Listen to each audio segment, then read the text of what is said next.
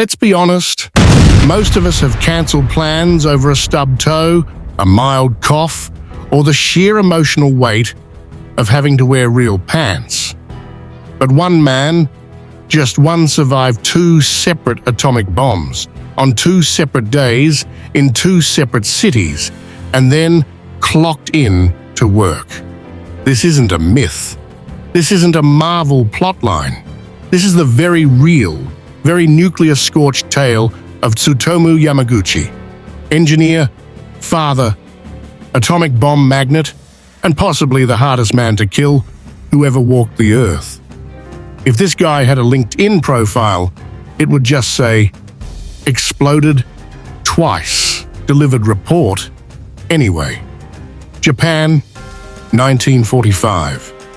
The end of World War II is so close you can almost hear the military paperwork rustling. And in Hiroshima, a 30-something man named Tsutomu Yamaguchi is wrapping up a 3-month-long business trip. He works for Mitsubishi Heavy Industries because, of course, he does. This guy was forged in the fires of productivity. He's in the city with 2 co-workers, there to help design oil tankers. It's August 6th.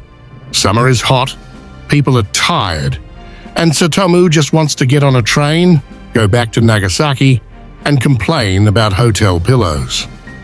But history has other plans. Around 8:15 a.m., while walking to the shipyard, he sees a plane overhead. Not unusual, warplanes buzz all the time, but this one isn't dropping bomb sets, dropping a singular object. A moment later, the sky ignites. There's a flash of light that isn't light, it's obliteration. Yamaguchi turns his head, shielding his eyes. The heat scorches his skin. The blast wave follows, throwing him like a rag doll across the field. He survives, burned, bleeding, deafened, blinded, but alive. He stumbles through the smoking ruins of Hiroshima like a man trying to find the plot again. Fires roar, buildings crumble, shadows of people are burned onto sidewalks. What do you do when your entire city just melts? If you're Tsutomu Yamaguchi, apparently, you wrap yourself in bandages and find the train station. That's right. The man crawls out of a nuclear apocalypse, reunites with his co-workers who also survive somehow, and heads to the Hiroshima train station. And the train's still running. Because Japan, you'd think they'd stop. You'd think the conductor would call in sick. But no, Yamaguchi boards a train that literally drives him away from a mushroom cloud and heads back to Nagasaki. He limps home to his wife and son, who stare at him like he just walked out of the underworld. His face is burned. His body is scorched. His eardrums are gone. He collapses, but he's alive. Now pause for a moment. Just breathe. At this point, most humans would take a year off, or like eternity off. But what does our man do? He wakes up the next morning and goes to work. Yes, you read that correctly. He goes to work. This is the part of the story where reality starts looking like a cartoon. Still reeling from Hiroshima, bandaged like a horror movie extra, Yamaguchi limps into the Mitsubishi office in Nagasaki on August 9th.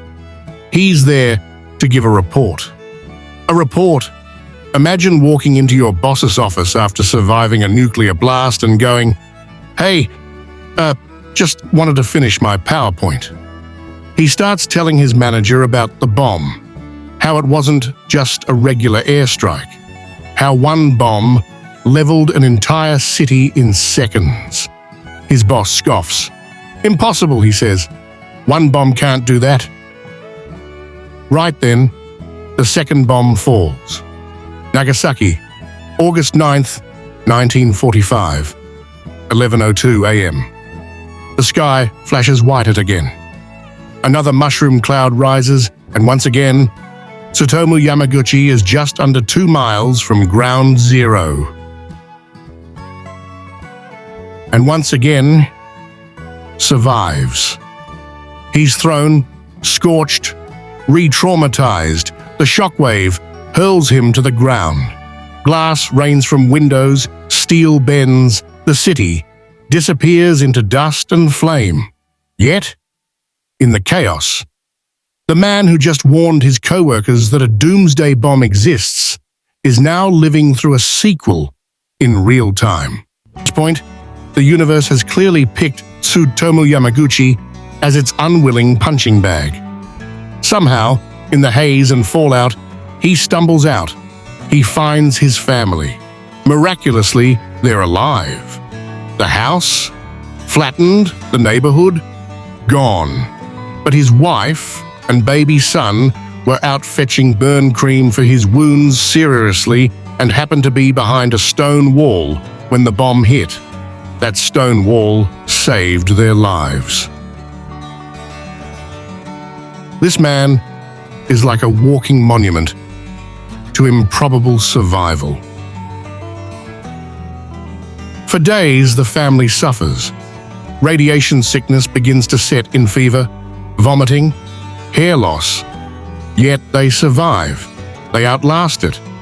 Doctors don't know what to do with him. His body is literally glowing with history. When he tells people what happened, most don't believe him. No one could survive both bombs, they say. But he did. The Japanese government only recognized him as a double hibakusha in 2009, just 1 year before his death. That's over 6 decades of being the most unlucky yet lucky man alive, with nothing to show for it but the world's most nuclear resume. And let's talk about that term. Hibakushate means bomb-affected person, a word that exists because so many people lived through the horror, but only one man survived both. Tsutomu was the only person officially recognized as surviving both atomic bombs. He didn't ask for awards, he didn't want attention, he just wanted peace. Later in life, he became a speaker. Not a loud one, his hearing never really recovered, but a passionate one.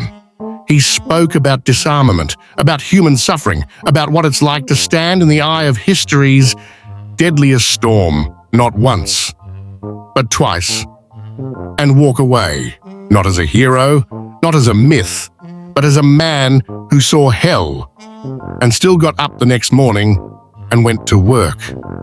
So the next time you complain about your alarm clock or your Wi-Fi, just remember, there was once a man who got vaporized on a Monday, again on a Wednesday, and still showed up to the office like nothing happened. If Tsutomu Yamaguchi's story left you reeling, share it. Send it to your workaholic friend, or your boss, or that one co-worker who acts like a cold is a life sentence. Let the world know that among all the disasters of history, one quiet man simply refused to be destroyed. Hit like. Comment Atomic Legend. And remember, sometimes the strongest people don't wear capes, they just wear very, very tight bandages.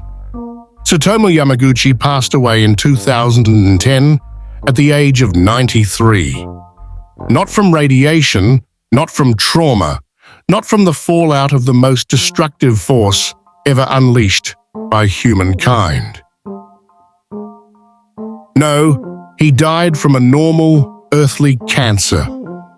A cancer not born in fire or war, but in the quiet old age of someone who had already stared death into the face twice and walked away with his briefcase intact. He wasn't superhuman. He wasn't immortal. He was just a man-known who bore the unimaginable, endured the unthinkable, and chose to live with purpose instead of fear. In a world obsessed with caped crusaders and cinematic heroism, the real superhero might have been a quiet engineer from Nagasaki who just kept going. Not because he wanted glory, but because he still had a job to finish.